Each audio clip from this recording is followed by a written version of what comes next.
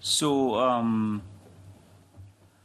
I don't know how to run a police department because I've never been a police officer. But I do know how to manage, and I do know how to strategize around event. When the mayor vetoed the Taco Bell thing, we asked him to go and tell us how he wants us to move forward with State Street. And he has started coming up with proposals as to how he thinks we should approach the issue at State Street and that area of the city, University Avenue and stuff like that. So I think the issue of policing and the things that we have been talking about, we need to take them seriously. And I think beyond the council doing what it is supposed to do, the mayor and the police chief needs to take leadership on this. And I hope, just like the mayor is doing with the Taco Bell Cantina, by next time we come back here, something will also come as to how we really fix these issues. We cannot police ourselves out of all these problems. We got to find other ways to answer the problems that are out there. If the people of color population or black people population in this city is about 7% and they form over 50% of the incarcerated population, something is wrong. The police, I'm sure, do not go there to just arrest black people, but there is a problem. And so I hope the chief and the mayor particularly, including the council, will take leadership on this. I didn't vote for this when it came because I do not believe that we should police ourselves out of our situations. We should be able to come to the table, all of us, and find genuine ways to solve this problem. But I do believe that the council voted to allocate this money. It was, the only difference is that it was contingent on us getting the CUP grant, and we didn't get that. So for me, just for that fairness, I think the money should be allocated for the 8 officers. And more the reason I, was going to put forward an amendment that, David actually ended up putting forward, and I went back and forth with him, to make sure that whatever money that is not going to the police officer that we've already approved be removed from the possibility of even the police going after it at any time soon. But I also listened to the testimonies, and all of us did. If you look at it, we have a serious problems. Majority of the people who testified for the police officers are generally older white male, generally. So what is there? I mean, why is it that you feel the way you feel about that we need more police officers to be safe?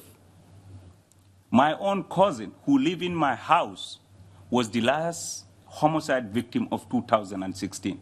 So I do know what the police do. For those who send me emails and ask me that I don't know what the police do and I'm anti-police. Nobody's anti-police. But like some of my colleagues said, we are policy makers, and when you are doing policies, it doesn't have to be for or against or whatever. So I also got a lot of emails from my constituent, which was basically divided about 50-50, support this or do not support this. And I also understand that the OIR report is out. And so how are we going to deal with that as well? Will the police chief and their leadership and his leadership team be willing to work with this council and the mayor to make sure that all the good recommendations are implemented? All the recommendations that we think will help us get out of this problem of castrating people of color particularly, or that it will increase trust between us and the police department is in place. I hope the chief can promise that he will work with the council to make sure that we get there. So basically those are some of the points I have, but I also think that some of the testimonies that came out of today's meeting speak to the fact that leadership matters in this. And leadership from the police really matters.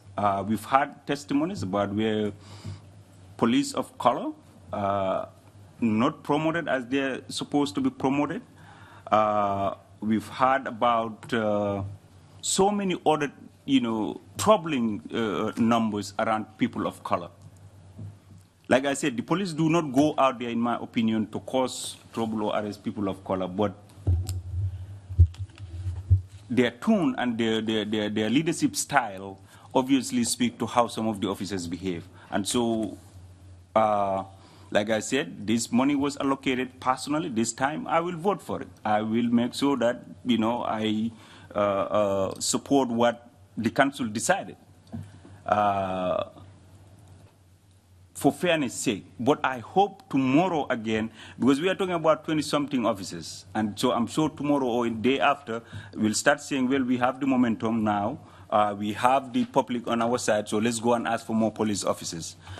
Personally, I hope, you understand that I am not against all police or for police, but I am for fixing the problems within the city. And the problem is there's distrust between people of color and the police.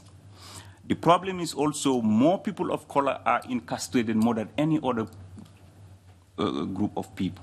Myself included, even after I was being elected, being a council member, whatever, I have been stopped by the police as unnecessary questions for no reasons.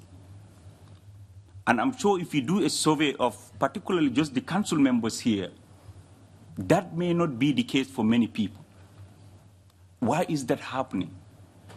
Like I said, I don't know how to run a police department, but the chief should be able to call a meeting of his leaders and outline some of the concerns that have been raised here particularly and tell them that this is what I've been hearing from the community.